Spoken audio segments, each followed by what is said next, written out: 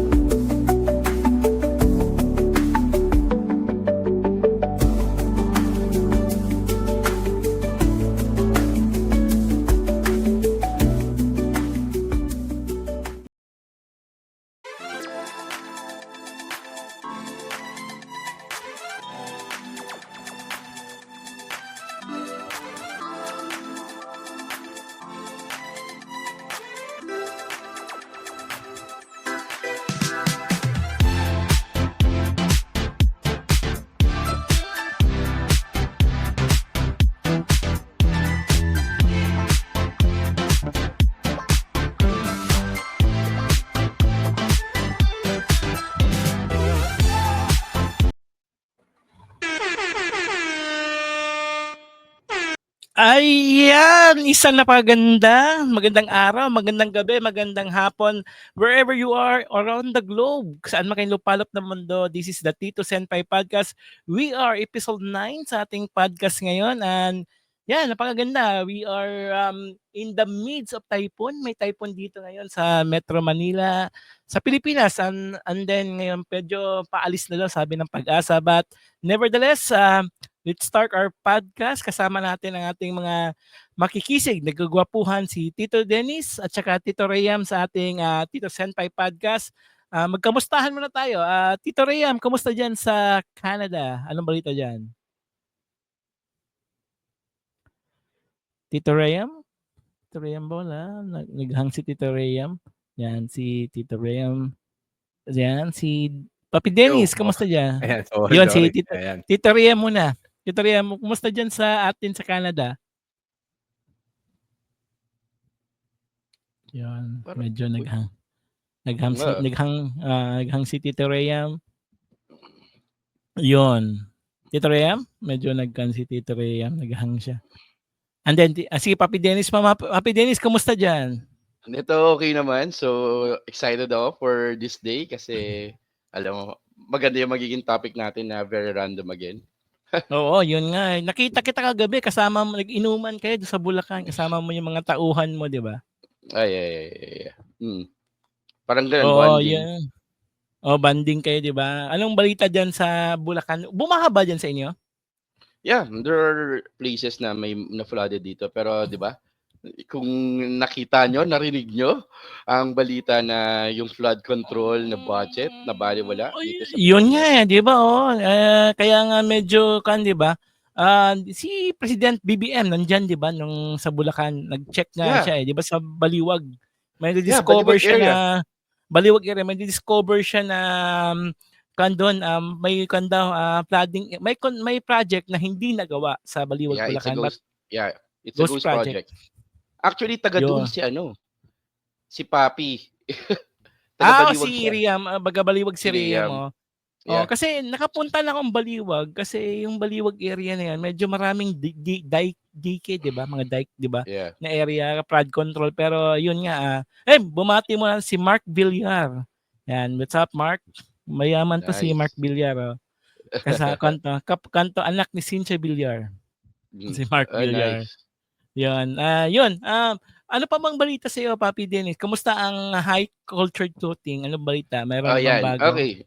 Yeah, may bago na kasi nag-start na ako na kumuha ng mga employees and then kasi magkakaroon ng ground relaunch on October. But right now, the whole September nag-start na rin and then making some noise and then the ground relaunch is on October. And then ito yung mga ibang branches natin ng social. So I'm starting na at least to bisitahin Oo. isa-isa. And then that's it. So and then there are a lot of things that's gonna happen this year and then the first quarter of next year kasi may mga bagong businesses na mag-arise. Yung isa, yung siya, ano ba yun? Yung Japanese show, siya, ano ba show? Yung social. Social. Yeah. Yun nga, yun yung inaasikaso ko rin ngayon. I'm Mm. taught lahat ng mga branches ni isa-isa Oh, para at least, yan. yeah. Masyadong yumayaman ka na masyado ngayon, Papi Ikaw, Dennis, ah. hindi, I've Marami been ba so silent kamusta? for a year, eh, 'di ba? Okay lang yan, at least, bumabangon ka ngayon, at least, Bouncing meron back. naman Yeah. bouncing back, 'di ba? Yan naman problema sa buhay, kailangan mo lang talagang mag-bouncing back talaga, and then habang inaantay natin si Papi, Riam, medyo may problema dun sa internet niya, eh. Nag-restart Yeah. lang siya ng laptop, and then yun nga, Papi Dennis, pag-usapan natin 'tong, flood control dito sa ating Pilipinas. Ano masasabi mo dito? Kasi ikaw, you had been in Bulacan diyan ka na pinanganak, 'di ba? Ano bang flood control diyan sa inyo? Ano bang mabaha talaga ang Bulacan ever since? Okay. Hmm, Before, talagang Mm. hindi 'to binaba. But we know naman kung ano yung nangyayari, the global warming, and then because of there are a lot of Mm. population, yung garbage system natin very poor. So and then may mga establishments na within the area, of course, ang magiging ano nun, magiging factors yun para magkaroon ng flooded area. So supposedly, Mhm. yes, dati wala, pero siyempre patagal ng patagal, all the areas siyempre bumabaha na din. And Mhm. in that sense, siyempre, yun nga, may mga flood control, 'di ba, na sinasabi nila. Pero sobrang tinamaan talaga kasi lalo na dito sa Malolos hindi ganong apektado. Pero there are a lot of areas naman dito sa Malolos. Pero somehow dito sa area namin kung saan ako nakatira, well, hindi naman kami binabaha. Pero doon sa in front of nung subdivision, doon medyo binabaha. Pero 'pag pumasok ka sa loob, wala naman. Pero in the other areas talagang matitindi yung flood. So, medyo kaya nga minsan nakakatamad din umalis lalo na if you're gonna drive kasi hindi mo alam kung ang pupuntahan mo ba within the area, yung malapit sa area na yun dadaan ka kasi Mhm. baka 'di ba maperwisyo ka and all, yun. Yun, minsan kaya ma-realize mo, 'di ba, yung tax na binabayad natin, Kaya nga, 'di mo eh. alam kung dun pala napupunta, 'di ba? Parang masakit lang kasi as if you're employee, sa sweldo mo yan sa every 15 or 30, may kaltas yan sa tax mo, eh. Yeah, Pero hindi mo alam yung tax na binabayad mo, pinaghihirapan mo, napupunta sa mga bullshit na flood control, tapos, na ma-realize mo lang na parang ano ba 'to, parang hindi mo ramdam yung binayaran mo. Parang yeah, 'pag every time may bagyo, may mga, LPA, low pressure, gano'n, mm. nagbumabaha talaga, especially kahapon sa Manila area, bumaha sa top, 'di ba? Na walang Yeah, katapusan yung grabe. walang katapusan talaga yung, flooding, system natin. Pero anyway, sana matapos na 'to. Check natin kung nandiyan na ba si Papi Rayam. Nag-restart lang daw siya, eh, parang nag-call Yeah, lang siya, medyo natin. mamaya may special guest tayo, isang, Na-excite na ah, ako. oo, excited na ako, napakaganda ng guest natin mamaya-maya. Antayin din natin si Papi Rayam before we, jump in sa ating Proceed. show. We proceed, and then, saan na ba 'to, si Papi Rayam? Medyo nagkaroon na ng problema. Ano pa, Papi Dennis, ano bang bago sa'yo? Ano bang gusto mong i-promote bago tayo mag-start? Actually yun lang so far tapos, masyado ako nagfo-focus on parang getting more connection clients, international clients kasi meron din akong nilulutong ano, business na sa 'Yun. susunod na sana maging okay. Pero yun nga, I'm on the works na for that. Okay, that's nice, 'di ba? At least may Mm. 'yun yung time na makabangon, makabawi ka na kasi ang tagal mo rin nawala, 'di ba? Yeah, 1 year. Pero okay Oo, na, 'di ba? Sobrang okay na, yeah. oo, ayos na 'yan. At least mayroon na tayong kahit papaano, 'di ba? Kasi alam ko ikaw Yeah. busy ka rin. Kamusta na pala may nabenta na ba 'yun, yung bahay na binebenta mo? Hindi pa nabebenta pero Oo. soon, oo. Hindi rin ako nakapag-focus kasi I've been so busy the past few days kaya hindi ko may mga nag-inquire pero hindi ko pa sila na-set na kasi gusto nila makita yung property. So hindi ko pa sila na ano, na-schedule kasi on my end talagang naging busy ako lately. Mhm. So yun, Busy ka rin. Oo, 'yan. Pero okey mm. lang 'yan, busy is may pagkakaabalahan. Ano pa bang, Oo, tama. Yun nga, but at least may kasi wala kang pagkakaabalahan, yun yung problema eh. While waiting Mm. to Papi Rayam, don't forget to follow us on YouTube, sa ating YouTube Tito Senpai, and also Spotify Tito Senpai. I-search lang nila doon sa ating Spotify channel na Tito Senpai, and also we have also our TikTok account, Tito Senpai Yeah. na podcast. So yun, nandun yung mga update about Tito Senpai. And yun nga, nagkaroon ng technical error si Papi Rhea. Medyo malilate lang tayo sa ating podcast Oh, for okay. nga-joke lang siya. Medyo nag-restart lang daw siya while waiting for pag-usapan na natin itong mga issues ng bayan, yung flood control, yung mga siyempre nakakalungkot lang talaga when you see flood control, kasi ang flood control kasi is importanteng project yan sa gobyerno, kasi yung mga, alam mo naman sa Pilipinas, baha kanto eh. Either we have summer and rainy season. Dalawa lang naman weather sa Yeah. Pilipinas eh. Pagka umulan talaga, boost talaga yung ulan dito sa atin. Kaya medyo nakakalungkot lang. Yun lang yung nakakakan sa atin na yung flood control talaga yung kailangan nating obserbahan, na kailangan nating tutukan to, kasi yun din eh. Kasi sa sobrang ako, ever since pinanganak ako sa Pilipinas, even in Mindanao before, bahain Yeah. talaga, especially Metro Manila, talagang sobrang bumaha talaga. And then yun yung kailangan na talagang, 'di ba, sa Bulacan, sa area talaga na yan, talagang nakita ko Malolos area, 'di ba? Bahain din. Yeah, yeah. May mga area talaga na bahain dun sa bayan, sa area. Yeah. Pero kasi Oo. kami parang nasa main road kami, parang connected kami sa main road. Sa main road hindi gaano, pero dun sa mga baryo-baryo, I think, yes, binaba. Pati yung Oo, crossing sa'min, binabaha binabaha. talaga diyan. Mm. Binabaha talaga. And hi to Mr. GM, salamat. GM, salamat. What's up, GM? Dati siya nag-work sa Abante before. To GM, Hi. salamat. Ayan, GM, salamat. And then, wala pa si Paperiam. Ikaw, Oh, mag-usapan mo natin. Sige. welcome na ba natin si DJ, Ah, ang ating ah, guest? maya-maya kaunti. We're waiting for 1 minute for Paperiam. Nagsiset up lang siya. Nag-restart lang daw siya ng laptop. Medyo may problema lang sa connection niya. In 1 minute, mamaya kasama natin yung guest natin. Yun, Papi Dennis, ano bang solusyon mo? Ano bang mga kan mo?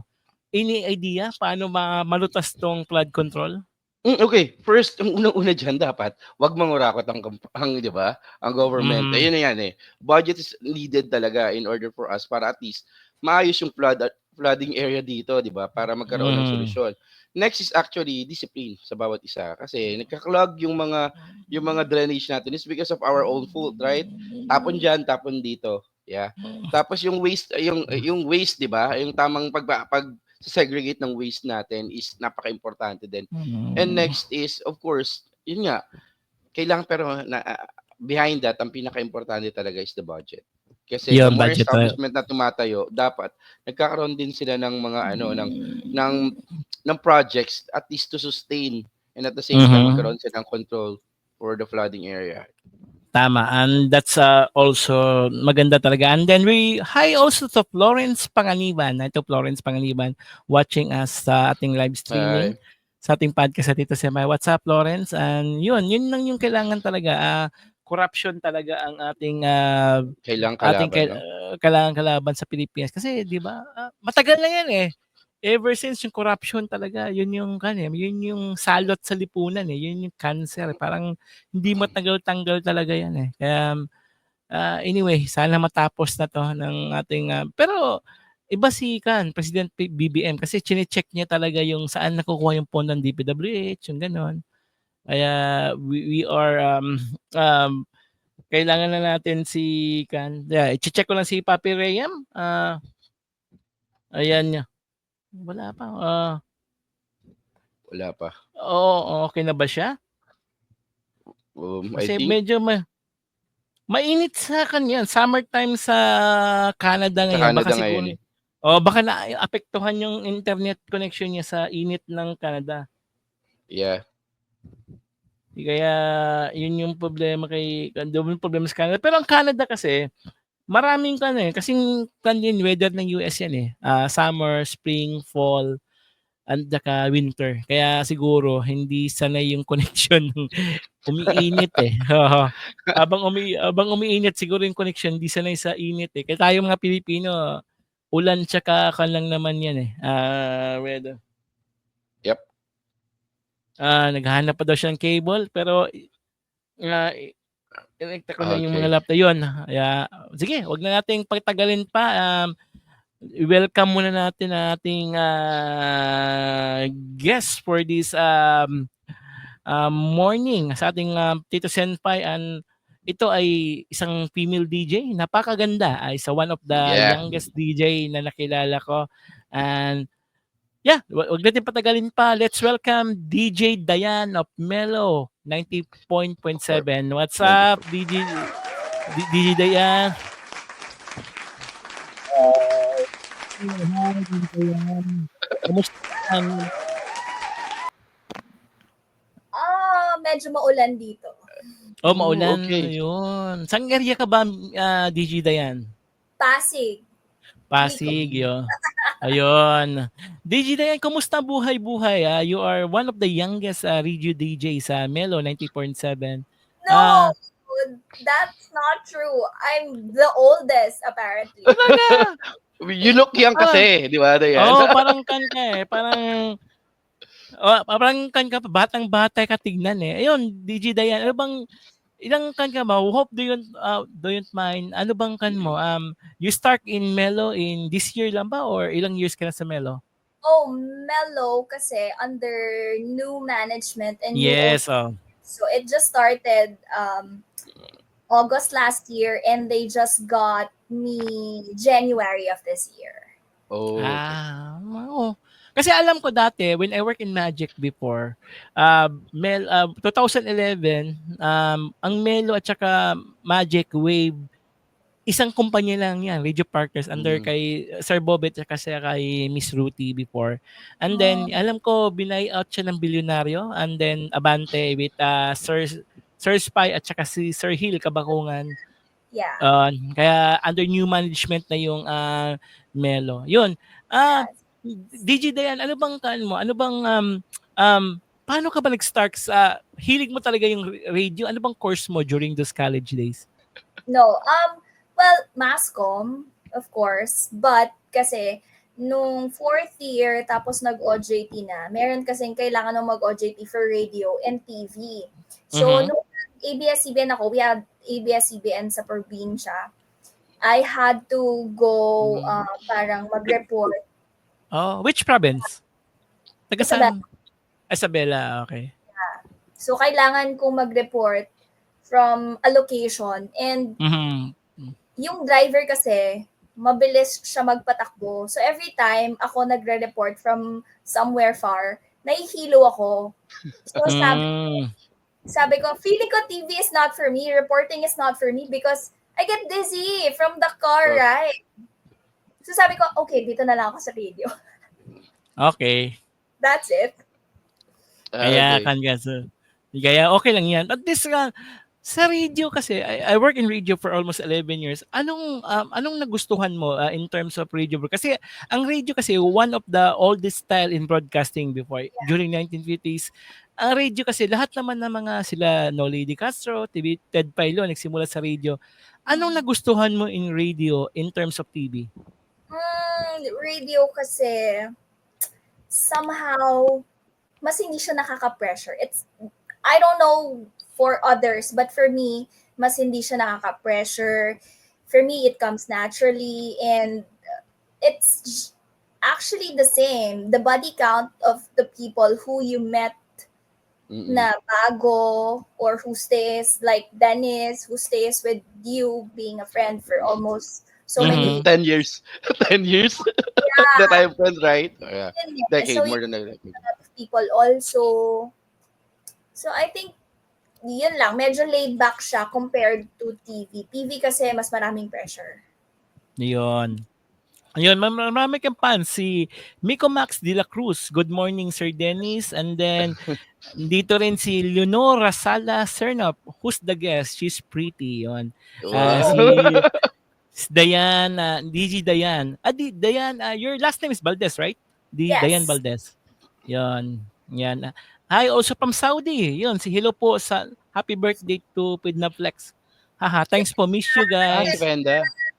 Penda. Yeah, Pendaplex daw. Iba yung pa-Arabic yun. Mabalik tayo sa radio. Sino mga ina-idolize mong radio DJ or radio personality when you grow up? Idol ko. Look, actually, sa totoo lang, hindi ko maalala. Wala. Siguro sabihin na lang natin na wala kasi I've worked with a lot of prominent radio personalities. And if I get to choose one, parang ang unfair naman dun sa mga iba. Yeah. Yun talaga. Alam niyo, because we've worked with a lot. Yeah. Oo. Kailangan talaga kan talaga no. In terms kasi ng radio kasi naalala ko before during the 90s kasi I was born in that era, a 90s era baby ako. Ang before kasi wala pang social media, the person you hear in radio boses lang yun eh. Especially we have a radio, we have a YouTube live, Facebook live, TikTok, and then Instagram. Marami kasing ways to make the radio personality being yan. Di natin alam kung boses lang marinig kay DJ Dayan, akakalain mo siyang iba siyang tao. Pero pag nakita mo siya in terms of live streaming, maganda pala si DJ Dayan. DJ Dayan, anong terms mo? Ano bang take mo dito? Ang social media is exploding in our in terms in radio broadcasting. Ano bang kan mo? Ano bang take mo dito? Anong masasabi mo about social media? For me kasi I'm thankful in a way na there's somehow other platform to communicate with people. Parang ganon. You're bringing your piece in the radio na, sige, sabihin na natin, in the radio, di ka naman nila nakikita. But on social media, they can see you, you get to interact with them more specifically and direct. Nakikita nila. Kasi may connotation dati, especially when I was younger, na pag DJ ka, di ka masyadong kagandahan, maganda lang yung boses mo. Yes, super far from the truth now because syempre yung mga DJs nakikita mo na rin online, you have social accounts, may live, and you do hosting. You do hosting, right? Also, ayan, pagka wala pa host ng Christmas, dito lang ako. Yun, okay lang yan. Paano ka ba na-contact? Paano ba, DJ Dayan? Paano ba, alam ba, gusto ko ikunin sa mga wedding, sa mga kasal, paano ba kaya nila i-contact? Ayan. My Instagram is at 94, hold on, let me just check. 94.7.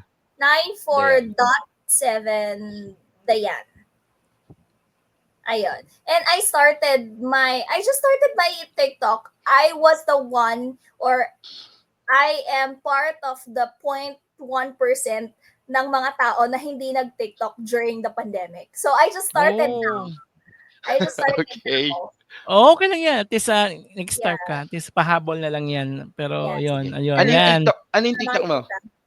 947 Dayan. 947 Dayan. And then, followed you guys. Ano bang email ni Miss Dayan para kung yung mga taong gusto kang kunin? Collaboration, mga product endorsement, gano'n. Paano ka bang 947@gmail.com. 947@gmail.com. Okay. Yun, contact mo lang si Miss Dayan. Miss Dayan, si Dayan pala. Then DJ Dayan, ano bang ano bang plan mo for the long term? Kasi ngayon, you have a partner si Denise, 'di ba? Ano bang topic nyo in radio? Kasi in your show, ano bang kadalasang ginagawa nyo? You play music or you have also talk show? Ganon. All throughout the day, we have this Besties Ask.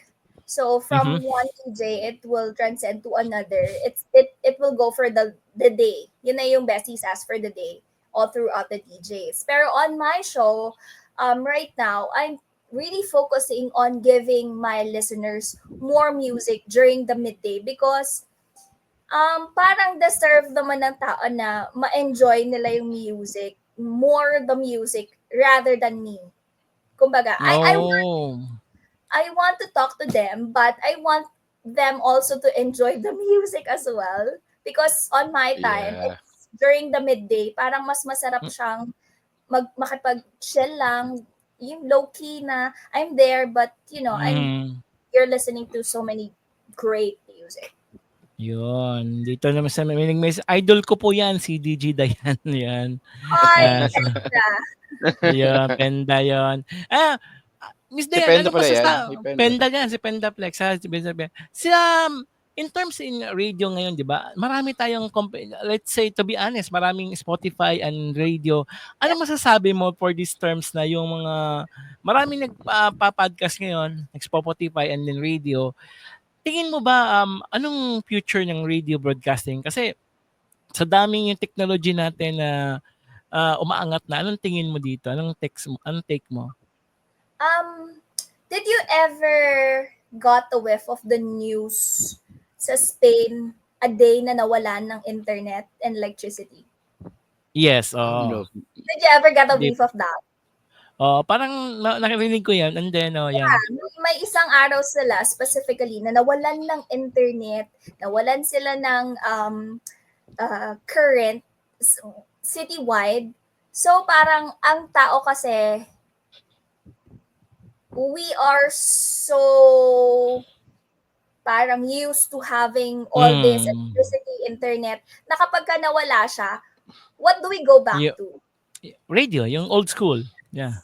So, parang sabihin na natin na yes, unti-unti medyo nawawala siya. Pero kasi hindi siya pwedeng mawala totally because if this or what happened to Spain happened to us here in the Philippines, where do we go back to? Yes, tama. Kailangan talaga, balikan mo yung nakaraan talaga. Kasi, yun nga, naalala ko, noong 90s, panay brownout noon. Yeah. And then, we have a radio transistor pa ginagamit noon eh. Kaya, di baterya pa yung mga pang radio. And then, people, yung mga news nila is come up from the radio talaga. Kasi kung walang TV, radio talaga, di battery pa. And, radio has been in 1920 pa na it's been 80 to 100 years na in radio.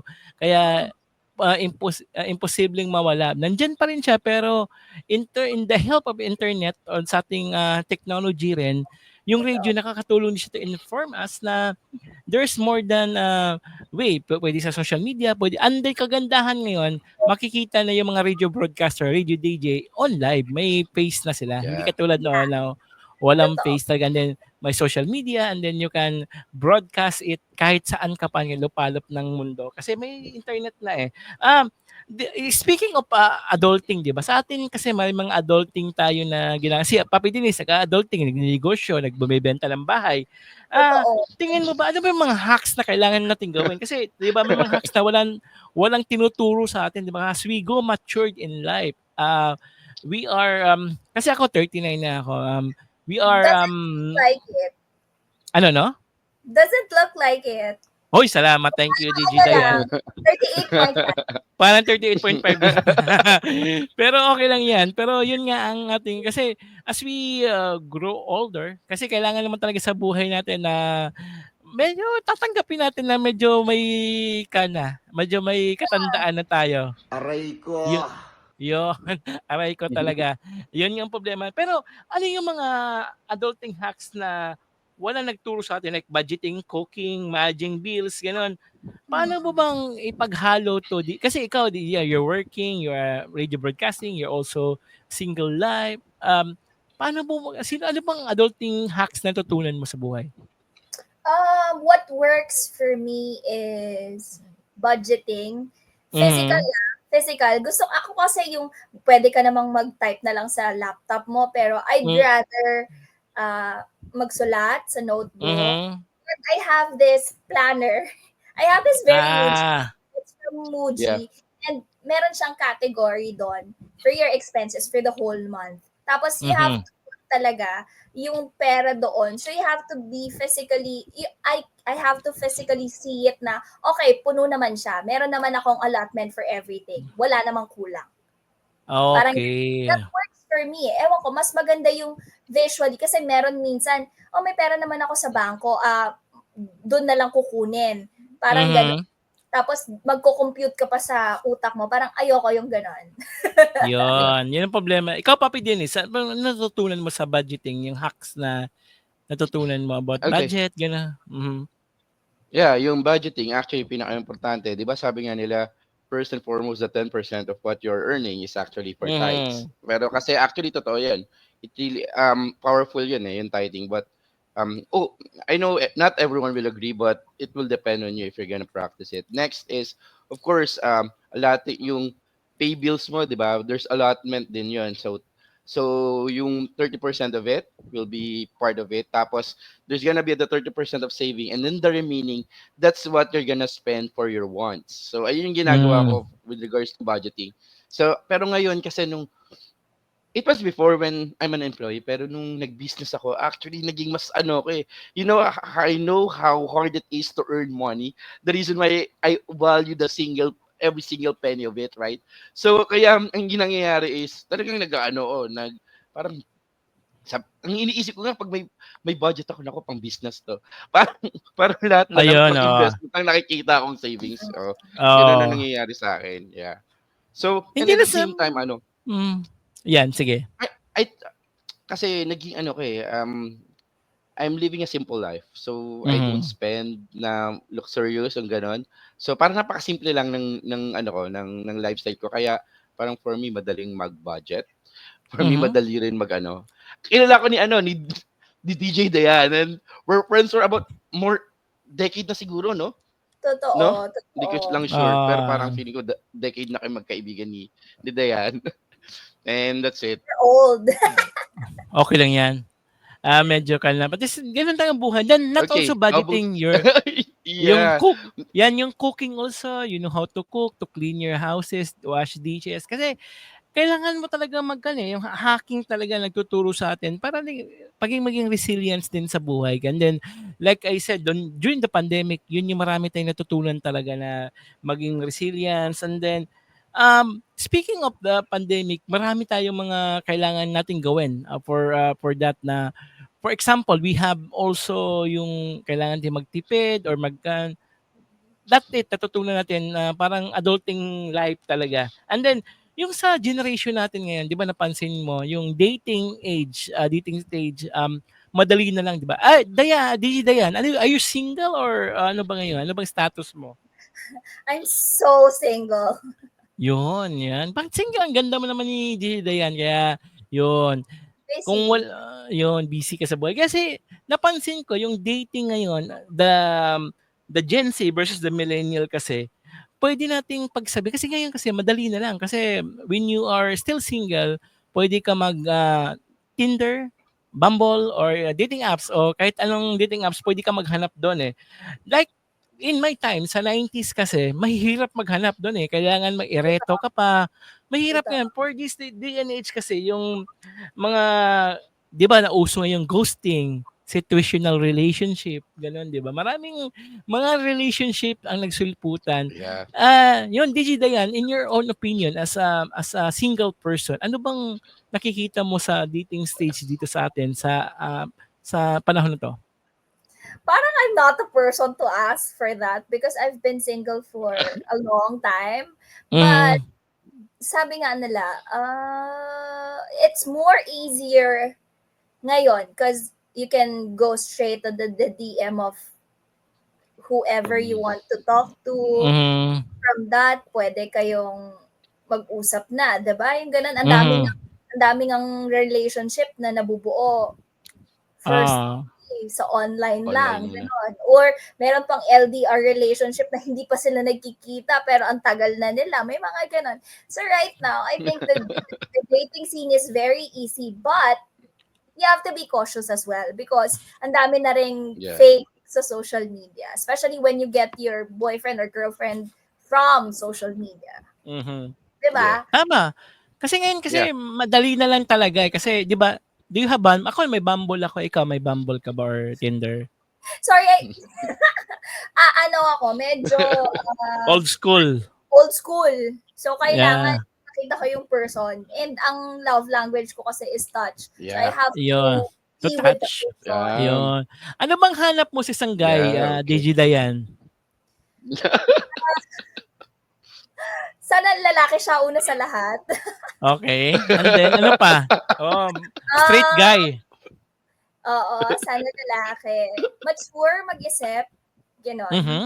And one thing is, attracted ako sa mga matatalino. Bawal sa Bawal sa yung bobo. Ayaw mo ng bobo na Usapan namin kapag walang laman yung Yeah. niya.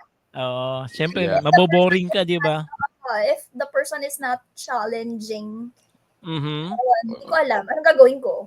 Anong gagawin namin? Yun. Yeah. Saka dapat maging sensible yung talk ninyo eh. Kasi 'di ba, the more na pag maganda, ang hirap kasi makipag-usap na parang hindi naiintindihan ng kausap mo yung sinasabi mo, and at the same time hindi niya kayang sumabay. So parang Tama. magkakaroon, 'di ba?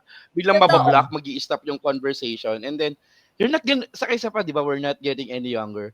We always want na 'di ba? 'Di ba, yung we always want to learn from the other person we want to talk to, right? That's the reason why napaka-importante din na matututo ka sa kanya, and at the same time you're gonna learn din, 'di ba? Through your conversation. So napaka-importante no. Yun. Imagine, nagpunta kayo somewhere nice, kumain kayo, tapos inaantay niyo yung steak na sobrang mahal nung steak, 2,000, tapos mapag-usapan. Nag-Wolfgang pa kayo, di ba? Oo. Kaya mahirap din talaga makipag-usap sa mga taong 80-80, sinasabi nga nila. Kaya mahirap din talaga. Oo, mahirap na. Especially tama si DJ Dayan eh. Kasi kailangan kasi, napansin ko sa mga girls ngayon, gusto nila yung may laman. May tawag nila dyan is, parang gusto nilang may laman yung, anong terms nun? Parang gusto ng girls na yung conversation talaga, hindi siya as in boring. Simultaneously, conversation talaga. Spontaneous, gano'n. Kaya mahirap na. And then, yung ngayon kasi may mga nauso din ghosting. Dati may na-match ako sa Bumble. Ito to life story to. Nag-date kami in 2 weeks, 1 month. Tapos all of the sudden, nawala. Nag-ghosting siya. Pero tinext niya ako, "Hi Jojo, sorry. Nagkabalikan na kami ng ex ko." Yun lang pala. Kaya Oo, maraming gano'n. Maraming gano'n. Meron din akong dati, nakilala rin. Akala ko date kami for almost 2 months, 3 months, 4 months. Worst case doon, inutangan ako eh. Parang gano'n. Mahirap. Kaya siguro, hindi ako sumusuko kasi I've been single for almost 1 year and a half na. Magto 2 years na. Iniisip ko, nakakamiss din talaga magka-relationship. Pero sa panahon kasi ngayon, maraming scammer, maraming mga di ba? Mahirap magtiwala sa tao eh. Kailangan mo kilalanin mo talaga. Kasi iba kasi, alam mo yung iba parang uhaw sa relationship. Yung mga iba, jowa dick. Alam mo naman yung jowa dick? Addict sa jowa. Gano'n, di ba? Jowa dick. Kaya minsan mahirap talagang gano'n. Kaya tama sinabi ni Dayan, dapat matalino ka, maging mapag-observe ka sa yung kapal. Ikaw, Papi Dennis, ano bang hinahanap mo sa isang babae? Hindi, of course, yun nga. Gusto ko rin talaga matalino eh. Oo, mayaman yan. Dapat kasing yaman ni Papi Dennis. Dapat kasing yaman niya. Kasi... hindi. Nakakatawa kasi talagang kilala ko ni Dayan eh. But, of course, syempre, yung talagang masano ako na matalino. Pareho kami. I'm a type of person na talagang sapyo kasi. So, gusto ko talaga matalino. Saka, I can say na talagang conversationalist ako eh. At the same time, parang, maganda. of course, it's a bonus eh. Kasi for me, yung itsura ng isang tao will make you attract doon. Magiging interesado ka because of the physical attribute. But, the behavior and at the same time personality and the way, 'di ba, that person thinks, ayun yung magpapastay sa'yo, and ayun yung mag-nurture ng feelings mo toward that person. So, yun nga, ako kasi madali rin ako ma-turn off eh. Madali ma-turn off to the point na kapag may nakita akong mga red flags, parang okay. And at the same time, kapag parang feeling ko, I'm being used or I'm being manipulated. So, if that's the case, it's easy for me to walk away. Kasi for me, I don't deserve you because I know my value, I know my worth, the reason why I know what's my expectation all about, and I deserve to be treated that way. So if you're not gonna give, kasi parang to the point na, I have so much to offer, the reason why I know my expectation on my end. I know my value, I know my worth, di ba? If it's doesn't reciprocate at all, it's better to walk away. I won't stay. Yeah.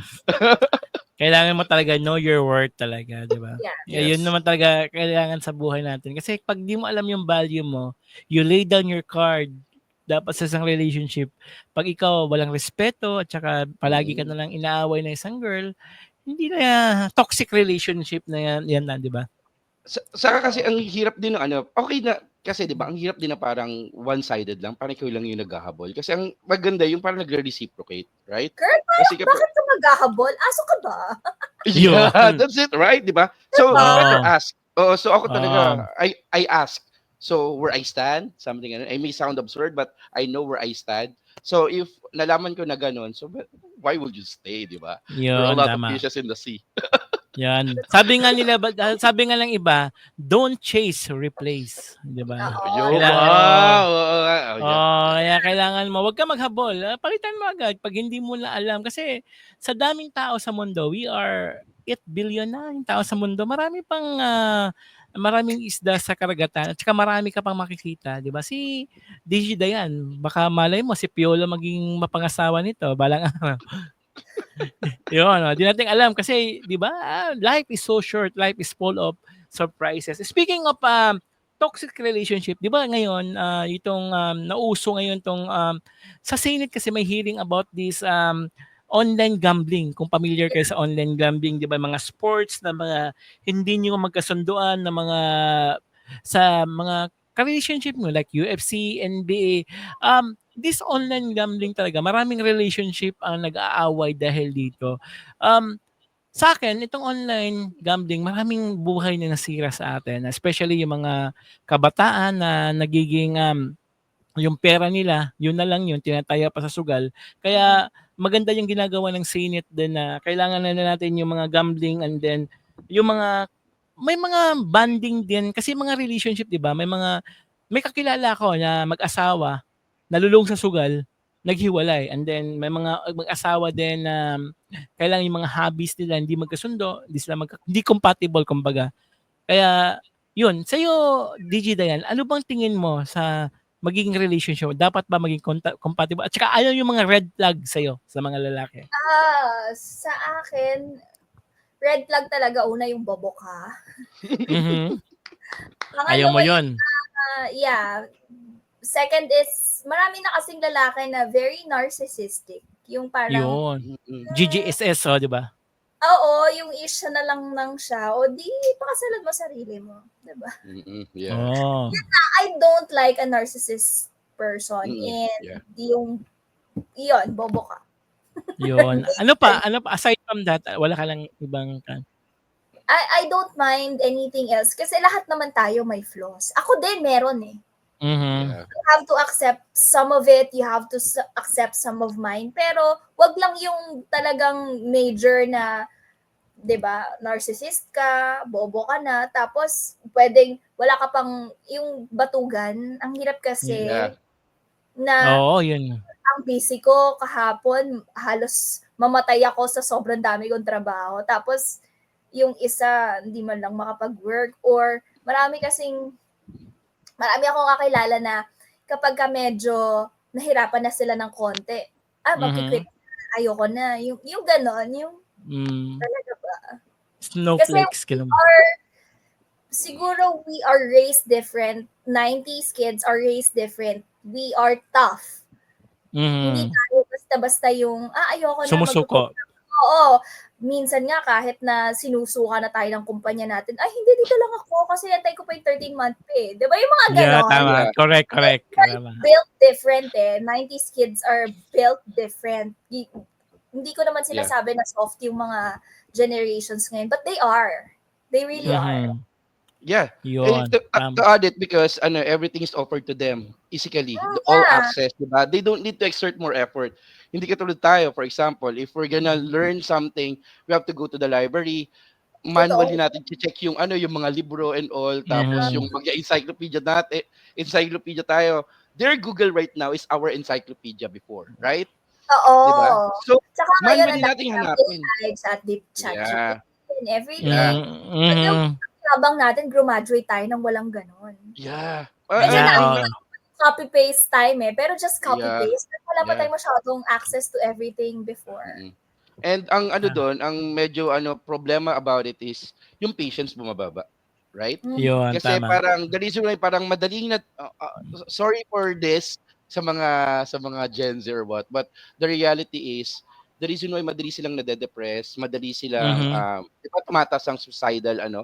tendencies na it's because of the patience and resilience kasi Mhm. hindi nila nataanan na mahirapan to get a certain thing unlike Totoo. sa atin pinahirapan natin. So yung sa atin, yung mahirap sa atin yung madali para sa atin, sa kanila mahirap na. Mhm. Hirap. Totoo. Okay. Diba?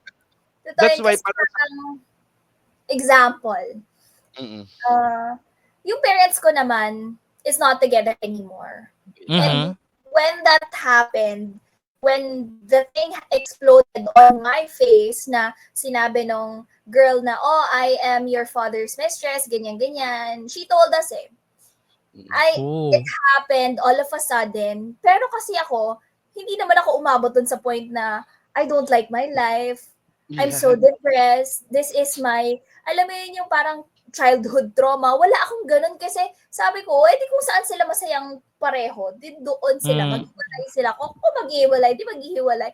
Yung, ang dami kasi ngayon na parang, naghiwalay yung parents ko, my life is so miserable. Yeah. Not your life. That's not even your marriage. Wake up, Yeah. diba? Yeah. Like, Tama. you can I view totally it agree. from other point of I, view. yeah. And one of the reasons I think is actually the reason why they easily get affected about the miserable life that they find it so miserable, but actually the reality is not. It's because of the social media as well. So parang nagiging batayan nila kung ano ang nangyayari sa social media. Pag hindi nila nakuha Mhm. yung ganun, then they feel like miserable, right? So Mhm. parang Tama. nagiging standard kung ano yung nakikita nila. They have to have a perfect life, 'di ba? Pero actually hindi miserable yung ganong situation. It's just it's quite challenging pero it's how you're gonna take it. It's how you're gonna 'di ba yung perspective mo about it, kung paano mo i-perceive yung mga bagay-bagay. So hindi naman sinala natin pero iba talaga kasi yung the way we think as compared sa Mhm. ngayon na may access sa lahat. Yan. Tama 'yon. And then especially 'di ba ngayon, marami talagang mga compatibility issue like sugal 'di ba? Isa sa pinag-aawayan niyan ng relationship. And then especially yung mga sugal na pinagbabawal sa akin. Ako hate na hate ko talaga yung sugal talaga kaya maraming sira, maraming buhay na sira diyan. Ikaw, DG Dayan, ano bang tingin mo dito sa online gambling? Dapat bang itanggalin na ba 'to or Actually kasi, ang tagal na rin naman ng gambling. There's a lot of different forms gambling elsewhere kahit nung wala pang online. Wala pa siya sa Mhm. online. Hindi ko alam kasi sa akin ang point of view ko dyan, Mhm. kailangan laging nasa tao kung ano yung pipiliin niya. Yeah. And if the person doesn't have control, kasi Mhm. ako, I can easily go online and ko ngayon, poker ako ngayon Mm. or whatever, Mhm. get addicted to it. Alam mo yun, depende kasi sa tao talaga yun yung control mo, yung self-control, Okay. Tama, meron naman talaga 'yun talaga, depende talaga sa tao. Kasi mga tao kasi diba? waldas lahat ng pera, Kaya 'yun, Totoo, Papi feels Dennis like ikaw, smoke, right? Yeah. tama. Ikaw Papi Dennis, anong take mo dito sa online gambling? Okay. Ang dami kong kaibigan na nasira ang buhay all because of casino. Thank God ako hindi talaga. Hindi ako kasi I know myself na parang I can get addicted to a certain thing. The reason Mhm. why for me, in order for me na hindi na mapasok sa ganung situation, hindi na ako magta-try. So, 'di ba, we have to run away from temptation because it's considered one of the temptations, right? So, kaya better na hindi ko na lang i-try. So, and the good thing about it is sad thing for others, but good thing about it for me is their experience serves as a lesson for me not to even try it. Tama. So, yun. So, nakita ko rin na parang ang ganda ng buhay nila and then at the same time nabaon sila sa utang. It's Yeah, because of remember that casino. trend na meron, dati may motor, ngayon may bisikleta na. Yeah. Oo, Mas dati And yeah, dati may bahay, wala na ngayon. hindi ngayon sa yung wala kapatid na. ni yung kapatid ni Wamos, yung kapatid Oo, ni Wamos, yung ang daming pera ngayon daw baon na sa utang. It's because of si Awit malaking Awit. si Awit, yeah. So, Ay, nakita ko yun yung may car sa likod ng picture. oo, pero ngayon wala na. Nagbebenta yata siya ng kasi talagang totally and malaki daw ang utang niya. Sabi ko, ang hirap, 'di ba? Yung hard-earned money tapos biglang mawawala. So parang No, Yun lang. what I what I know is if you earn the money fast, you're gonna Yeah, spend yeah, it yeah. faster. Yun. Hindi, You're gonna spend it ang faster. actually kasi ano parang before siya nalulong sa casino, nagbi-business na siya noon. Na yung kita niya galing sa vlog. And then Mm-mm. because naging na-addict siya sa pati yung mga hard-earned money niya nawala. So at the same time ngayon, bawang din siya sa utang. So and then yun nga, yung lalo na yung mga yung fast money, it's because coming from winnings sa mga casino, mabilis talaga mawawala yan. Kasi it's not hard-earned. It definitely depends on the person because sabihin natin, matanggal man yung online na mga sugal na yan. Ang dami. May Okada, may Yeah. sugal. Pupunta ka lang Tama. doon, physical. Yeah. It's not, hindi lang siya online, pero ay, meron pa rin. Meron Ay, din. may kakilala ko. Sa kami may kilala ko na nanginginig daw yung kamay niya kapag hindi daw siya nakapagsugal. Addiction na yun. Addiction Oo, yun. totoo. Yun yan. So, kahit na walang online yan, pupunta yan ng Okada if they want to. Yes. Oo. It's not yung platform itself. It's the Yeah. Kasi hindi man siya maging available online. Di punta akong Pasay or dito sa may Trayuma. Mayroon sa harapan. Diba? Maraming ganun. Kaya nasa tao talaga yun. Tama kayo. Nasa tao talaga to control it. And yan, nagtatapos ang ating episode. Ayan. Episode 9. DG Dayan, maraming salamat. Thank you so much. Thanks so much. Yes. May gusto ka bang i-promote? Kailangan mo bang i-promote dito sa atin sa mga show mo ng upcoming? Yeah, of course. Please do catch me 11 o'clock in the afternoon till 2 on my midday Mellow program on Mellow 94.7. And I just started my TikTok. It doesn't have any followers, so please follow me 947 Dayan at TikTok. Follow kita. I'm gonna. Thank you. Tapos, ano pa ba? May mga event ka ba na pwede mong or any... I have a lot of upcoming pero kasi wala pa siyang mga contracts. So, I have to wait for the contracts. Confirmation na lang. Kailangan. Tapos antayin natin yung mga social ni napapadala niya sa office. Hindi ko pa natikman yung social na yan. Papi Dennis, hindi ko pa. Naririnig ko lang yan. Kailangan. Hindi mo ba na-try? Hindi pa. Hindi pa. Ako rin, hindi ko pa na-try. Sige. Gagawin ko natin ng paraan yan. Yeah. Okay. Kasi, high culture din. Hindi ko pa nasuot yan. Di ba? Sige. Ano natin yan. As I bounce back, magugulat na lang kayo. Makikita nyo rin yan. Yeah. Kaya, di ba? Ikaw, Papi